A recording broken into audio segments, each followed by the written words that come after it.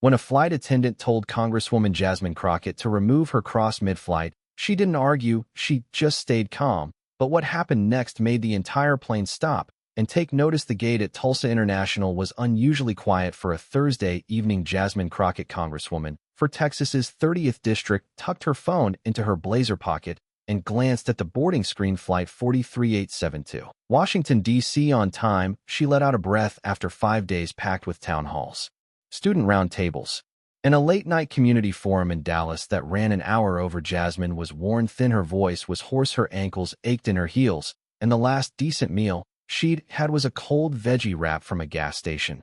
But she felt good. She was headed back to the Hill with notes full of real voices. That was the work. That was why she ran. The woman at the gate gave her a kind smile, scanning her boarding pass. "You're in for a today, Congresswoman." "Perfect," Jasmine said with a polite nod. "I need that window." She made her way down the jet bridge, rolling her small black carry-on behind her. Her hand instinctively adjusted the slim gold cross that rested against her chest, a gift from her late grandmother. The chain was thin, the pendant no larger than a dime, but its weight always kept her steady. She touched it. When she spoke, she held it. When she needed quiet, it wasn't just jewelry. It was memory, prayer, and presence, all in one. Once inside, the aircraft was still half empty. She settled into her seat, slipped off her heels, and pulled out her Kindle. Across the aisle, a man in his 50s wearing a U.S. Navy cap gave her a polite nod. She smiled back. The boarding dragged, a little families juggling strollers, a teenager arguing with her mom over the armrest, someone already asking if the Wi-Fi worked. Nothing unusual. Jasmine slid her cross gently back under the lapel of her blazer. She leaned her head against the window, not quite asleep, but grateful for the pause. That's when she saw her. The flight attendant, mid-40s, maybe sandy hair, pulled back tight, uniform crisp, her name tag read Darnell. She was walking the aisle with a clipboard, checking cabin rows before takeoff. She paused near Jasmine, looked down briefly, and then crouched ever so slightly to speak. "At eye level, ma'am," she said in a hushed voice, eyes flicking to the small cross on Jasmine's chest. "We're asking that you remove any visible religious symbols during the flight. It's company policy." At first, Jasmine thought she'd misheard. Her brow furrowed slightly, and she tilted her head. "I'm sorry, what kind of policy is that?" she asked, her voice calm but clear. Darnell's posture didn't change. "It's just for uniformity and passenger comfort. We ask all passengers to refrain from displaying religious items." Jasmine glanced around 2 rows up. A man was wearing a visible yarmulke. Across the aisle, the woman reading a novel had a delicate Star of David pendant. Neither of them seemed to be under review. "And you're asking me to take off across?" Jasmine said, not raising her voice, not yet moving, just clarifying. "Yes, ma'am," Darnell replied, a bit more curt. "Now, we'd appreciate your cooperation."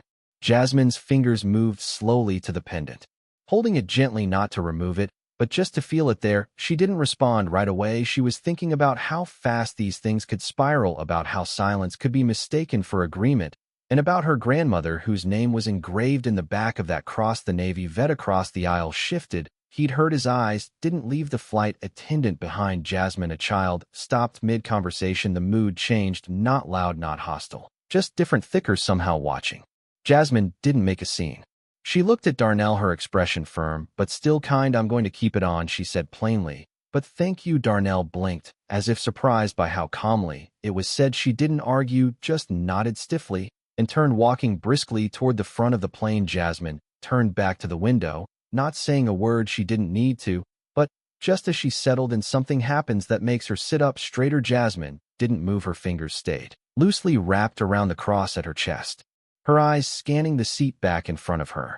As her mind replayed the exchange like a slow reel, she wasn't new to awkward moments. Politics, especially in recent years, had thickened her skin, but this wasn't about party lines or policy. This was personal. This was someone singling her out in public for something that had nothing to do with safety or protocol. She glanced again across the aisle. The Navy veteran was still watching. He leaned in slightly. "I didn't hear them say that to anyone else," he said quietly. Jasmine offered a faint smile.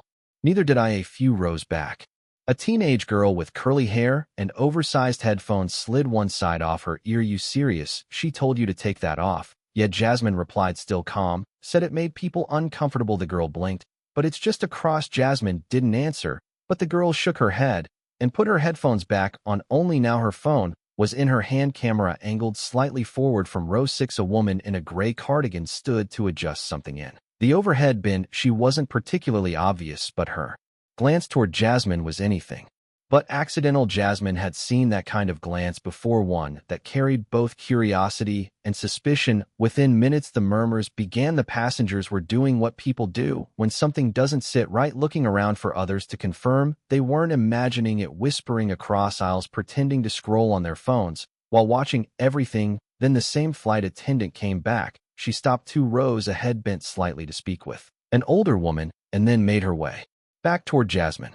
Her expression was tight, now more clipped, like someone who had been told to finish a job they didn't want to be doing. "Ma'am," she said again, just loud enough for nearby rows to hear, "we do need compliance with visible attire guidelines before we depart this time." Jasmine didn't respond right away. She looked at the woman slowly, meeting her eyes, and spoke just loud enough for several rows to hear. "Is there a written policy you can show me?" The attendant blinked. "Ma'am, this is standard, I understand," Jasmine replied, "but you are asking me to remove a religious symbol that I've worn on hundreds of flights, including this airline. I'm asking you to show me where this policy is written." Darnell hesitated for a moment. Neither of them said anything. The air between them tensed like a stretched wire. Then, as if suddenly aware of the eyes around her, Darnell straightened. "I'll check with my supervisor," she said quickly, and turned. Jasmine leaned back. The girl with the headphones was now holding her phone openly. The Navy vet muttered, "That's a first." And in row 9, a man in a maroon hoodie leaned forward and whispered something to his seatmate. Heads turned again. No one was yelling, no one was panicking, but everyone was alert now. People were watching because they knew deep down that something was off. Jasmine didn't want drama. That wasn't her instinct. She believed in structure, in addressing things through proper channels. But this was happening now, and it was happening here, and it was happening to her, not in some email, not on a debate stage, right here in seat 4A at 33,000 feet. She reached down and pulled her bag onto her lap, rummaging quietly through a folder of papers. Not to make a scene, she just needed something to focus on, something to stop her hands from shaking just a little. In the front galley, the curtain rustled. Someone new appeared, a taller woman in a blazer, likely the supervisor. Glanced toward Jasmine's row. She didn't walk over, just observed. Jasmine met her eyes, then looked back down. Her hands steadied. She remembered the time her mother told her to always hold her ground, but never lose her cool. "Don't shout," she'd said, "make them come to your level." That's what Jasmine was doing, waiting, sitting still, making sure people saw her as she was. But the more she looked around, the more Jasmine realized this wasn't going to be ignored. The plane hadn't moved an inch, but the atmosphere had shifted completely. Jasmine stayed still in her seat. She wasn't trying to prove anything, but she also wasn't about to shrink herself down. If this was really about policy, she wanted to see it written, but deep down she suspected it wasn't about a policy at all. She looked up just in time to see the curtain open again. The supervisor, Beneem Asen Sipsapash, the one in the navy blazer who had been watching from the gallery, began making her way down the aisle. Her steps were deliberate, her face composed in that particular way flight crews get trained for. She stopped right beside Jasmine's row and leaned in slightly. "Congresswoman Crockett," she said softly. Jasmine looked up, unfazed. "Yes, I'm Lillian Grandin, flight supervisor. I just wanted to clarify, there's been some misunderstanding earlier. I believe one of our attendants may have misapplied an internal recommendation." Jasmine raised an eyebrow. "A recommendation?" The supervisor cleared her throat. "It's not mandatory, just a guideline for crew awareness during certain high-sensitivity flights, not something we enforce with passengers." "Is that what she told you?" Jasmine asked calmly, still holding the cross between her fingers. The woman hesitated. "I'm still gathering the full picture." From a few rows back, a voice piped up. It was the teenager in the headphones. She asked her twice to take it off. Nobody else got asked. And from the aisle, the Navy vet added, "I've been flying for 30 years. I've never heard of anything like that." Jasmine wasn't alone in this anymore. The moment had outgrown her. She could feel it in how the passengers shifted in their seats. No one was angry, but people were present now, awake to what was happening. Then someone spoke from directly behind her. "That necklace isn't bothering anyone. She's got a right to wear it." Jasmine turned to see a woman in her late 60s, white hair tied into a bun, reading glasses on, a chain around her neck. She looked like someone's favorite school librarian. "My name is Florence Rollins," the woman said, leaning slightly over the seat. "I taught American history for 40 years. That cross stays on. Don't let them take that from you." Jasmine blinked. There was something about the way the woman said it, like she meant it not just for Jasmine, but for every student she ever taught. The supervisor nodded stiffly and said, "Thank you for your input, ma'am." Then she turned to Jasmine again. "You're free to wear it. There will be no further issue." Jasmine gave a simple nod. "Good."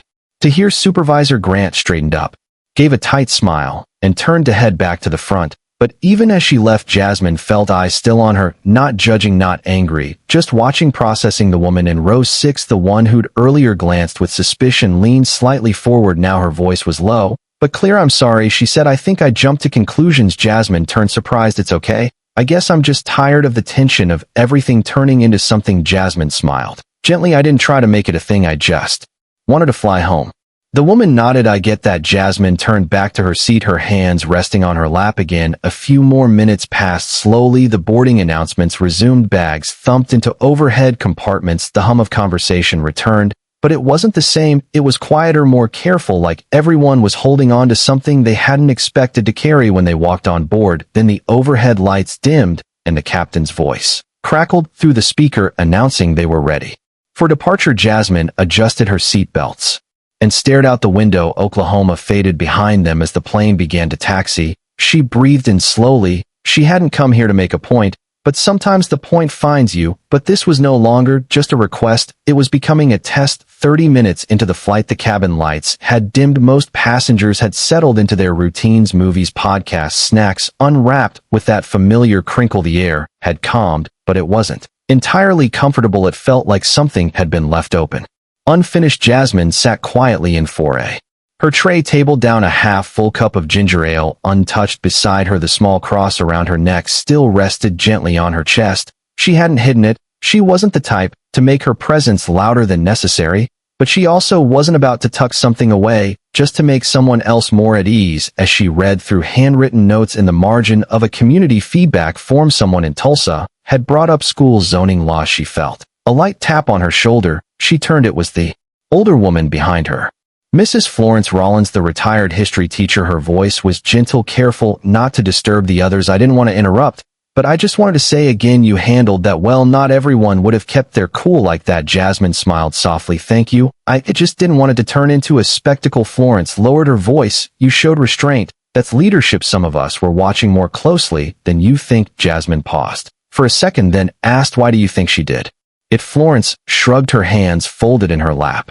"Could have been anything. Bias, misunderstanding, orders from someone else. People carry their own fears around these days. Some of them don't even realize what they're reacting to." Jasmine nodded, her expression thoughtful. "Yet sometimes it's not even personal, but it still lands personal." Just then a rustling sound came from a few rows back. Someone stood up. Row 9, near the wing, a tall, lean man with dark-rimmed glasses and a Howard University hoodie. He looked to be in his mid-20s, maybe a law student. He stood there for a beat too long, one hand gripping the headrest in front of him. "Excuse me," he said, voice even but clear. "I wasn't going to say anything, but I can't just sit here and act like that didn't happen." All eyes turned to him. "I watched what happened earlier," he continued, "and I've got questions, not just about policy, about consistency. Because if there is a policy like that, it wasn't applied to anyone else. And if there isn't, then we need to ask why one person got singled out." The cabin was quiet now. No music, no movie chatter, no coughs or sneezes. Just the steady hum of the engines and his voice. "I am a second-year law student. We study cases like this, moments that seem small, but mean a lot. Religious freedom, equal treatment, those things don't stop when we're 30,000 feet in the air." He looked toward Jasmine's row, but didn't point, didn't grandstand. I don't know what that flight attendant was thinking. Maybe she thought she was doing the right thing, but intention doesn't erase impact. And I think we owe each other enough respect to call things out when they feel wrong. The older man across the aisle clapped once, just once, but it echoed. Then the girl with the headphones gave a quiet thank you and lowered her phone. A few others nodded, murmurs spreading in low voices. No shouting, just recognition. Jasmine didn't say a word. She didn't have to. Amari, the young man who'd stood, sat down again. No drama, no disruption. Florence leaned forward again. "It's moments like these that shape people. That boy might go argue in front of the Supreme Court someday, and part of him will remember this flight." Jasmine glanced at her cross again, then back at Florence. "You think it made a difference?" The older woman smiled. "It already did." But just as things seemed to quiet down, someone stood up in row 9. After Amari sat back down, the quiet didn't return the same way it had before. Something had shifted, not in tone, but in truth. The words he spoke still hovered in the space above the aisle, as if waiting to be fully absorbed. It wasn't anger, it was clarity. The supervisor, Lillian Grant, reappeared near the front of the plane. She had that airline professional composure stitched into every movement. But even she couldn't deny the shift in temperature. Passengers had seen it, heard it, felt it, and though the plane cruised steadily eastward, the atmosphere was no longer cruising on autopilot. From 3 rows behind Jasmine, a middle-aged man, with sleeves rolled to his elbows, leaned out into the aisle. "Hey," just out of curiosity, he called up toward the supervisor. Was there a policy, or wasn't there? His tone wasn't rude, he wasn't looking to argue. But he wasn't letting it go either. Supervisor Grant paused, turning slightly toward him. "Sir, there's no formal policy prohibiting religious jewelry. Any suggestion of that was a miscommunication." That word again, miscommunication. Another voice chimed in, a woman mid-30s with short hair and glasses, traveling with a toddler on her lap. "So what's going to happen to the flight attendant who asked her to take it off? Is that also a miscommunication?" Grant's smile thinned. "Ma'am, any crew concerns are handled internally. I assure you we're reviewing it." "Yeah, I bet," someone murmured. Jasmine, still seated, kept her eyes ahead. She didn't turn around. She didn't signal for backup. She didn't want this to become about punishment. That had never been her intent. But now people were speaking up, not for her necessarily, but for the principle of it. 2 rows ahead, a man in a maroon pullover raised his phone. "Just so we're clear," he said to no one in particular, "I've been wearing this St. Christopher medal since I boarded. Nobody said a word to me." He let it dangle in the aisle for a moment before tucking it back into his shirt, and across from him a younger woman, maybe 19 or 20, turned to her neighbor and whispered, "They didn't ask the Sikh guy to take off his bracelet either." Jasmine finally spoke. She didn't raise her voice, didn't stand up. She simply said, "I'm not looking for someone to be embarrassed or fired. I just want consistency and respect." That was it, just 2 sentences, but they seemed to carry more weight than tea. The commotion itself. Omari turned slightly in his seat and nodded once in her direction. Not for attention, just for acknowledgement. Supervisor Grant seemed to realize she was outmatched not by volume, but by value. She cleared her throat again and addressed the whole section this time. "Ladies and gentlemen, again, we thank you for your feedback and your patience. It's never our goal to make any passenger feel targeted or uncomfortable. Please know we're taking the matter seriously." She stepped back into the galley. The curtain swished closed, and then for the first time in over an hour, the cabin actually felt still. Jasmine looked down at her hands. Her right thumb brushed the edge of her grandmother's cross, tracing the familiar pattern. She didn't feel vindicated. She wasn't looking for that. But she felt seen, heard, not because of cameras or headlines, but because people spoke when it mattered. Florence leaned in one more time. "Do you know what my students used to say when I asked why we study the past?" Jasmine glanced over what to recognize the present. A quiet smile tugged at the corner of Jasmine's mouth. "That's a good answer." Florence nodded. "It's the only one that ever stuck." But no one expected what the flight supervisor would say next. An hour later, the captain announced their descent into Reagan National Airport. The usual buzz returned. Seat backs raised, tray tables stowed, everyone adjusting their bags and posture like waking from a long nap. But there was something different about this landing. Jasmine looked out the window. City lights shimmered in the distance, scattered like gold against the dark. She'd flown this route dozens of times, but tonight she wasn't thinking about committee schedules or pending bills. She was thinking about how quickly a normal evening had turned into a quiet stand for something she didn't plan, and how every single person on that plane would walk away remembering it. The curtain parted one last time before landing. Supervisor Grant emerged again, walking down the aisle, not clipboard in hand, not checking for bags, just walking. When she reached Jasmine's row, she paused. "I wanted to apologize again," she said, voice low enough not to stir the other passengers. "It never should have happened the way it did." Jasmine looked up at her, calm and composed. "You've said that." The woman hesitated. "If there's any way I can help clarify this with corporate." "I'm not filing a report," Jasmine interrupted gently. "That's not what this is about." Grant looked relieved, but Jasmine leaned forward slightly. "But you need to know what happened back there. It wasn't just poor judgment. It was a reflection of something bigger, something that shows up everywhere in policies and silence, and who we choose to correct and who we ignore." Grant gave a slow nod. "Understood."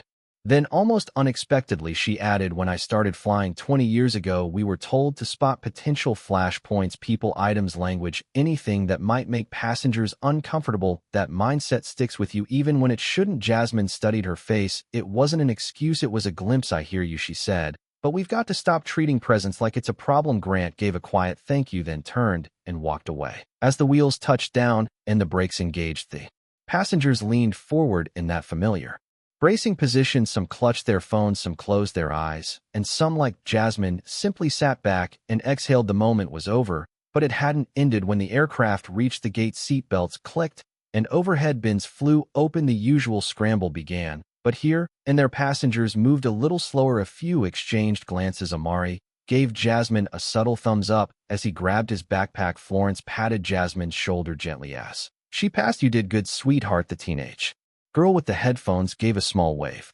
I posted the clip. It's already getting traction. Jasmine didn't reply. She simply nodded and stepped off the plane back into the air of the terminal. Her phone buzzed before she'd even cleared the jet bridge. First a text from a staffer, "Hey, something's blowing up on Twitter, you okay?" Then a voicemail from a news anchor she recognized.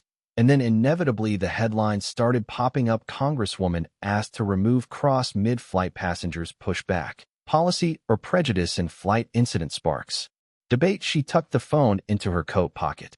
Outside, a black SUV waited at the curb. Her driver, Kenneth, stepped out and opened the door. Rough flight, he asked. Jasmine smirked faintly. Let's just say I didn't sleep much. As they pulled away from the terminal, she rested her head back against the seat and looked out the window again, not to retreat, but to process, because this wasn't about a necklace. It wasn't even about a flight. It was about how quickly people notice what makes someone different, how that difference can be labeled discomfort, and how sometimes the only thing that keeps us from slipping into silence is the decision to stay visible. In the end, Jasmine hadn't shouted, hadn't demanded, hadn't stormed off. She had simply remained with her cross, with her calm, with her voice. And that was enough. Some fights don't need a megaphone, just a steady heart and a crowd that refuses to look away. If you believe in standing up, even quietly, for what's right, don't forget to like this video, subscribe to the channel, and share this story, because somewhere out there someone else is sitting in 4A waiting to know they're not alone.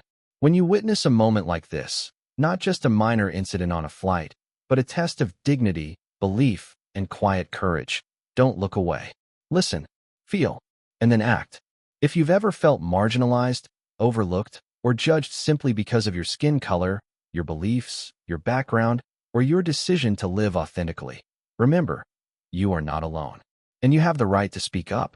If you've never experienced that, listen, not to argue, but to understand. In meetings, classrooms, or everyday conversations, when you see someone being dismissed, ignored, or singled out, don't stay silent. Silence is a choice. And sometimes, silence becomes complicity. Teach your children, your students, your colleagues that strength isn't always in loud voices or dramatic reactions, and that respect doesn't mean accepting disrespect. And above all, don't wait for moments like this to start the conversation. Let them spark a deeper change in how we think, how we treat each other, and how we choose to stand together. Because real change doesn't come from shouting slogans. It comes from quiet, steady actions after the noise fades.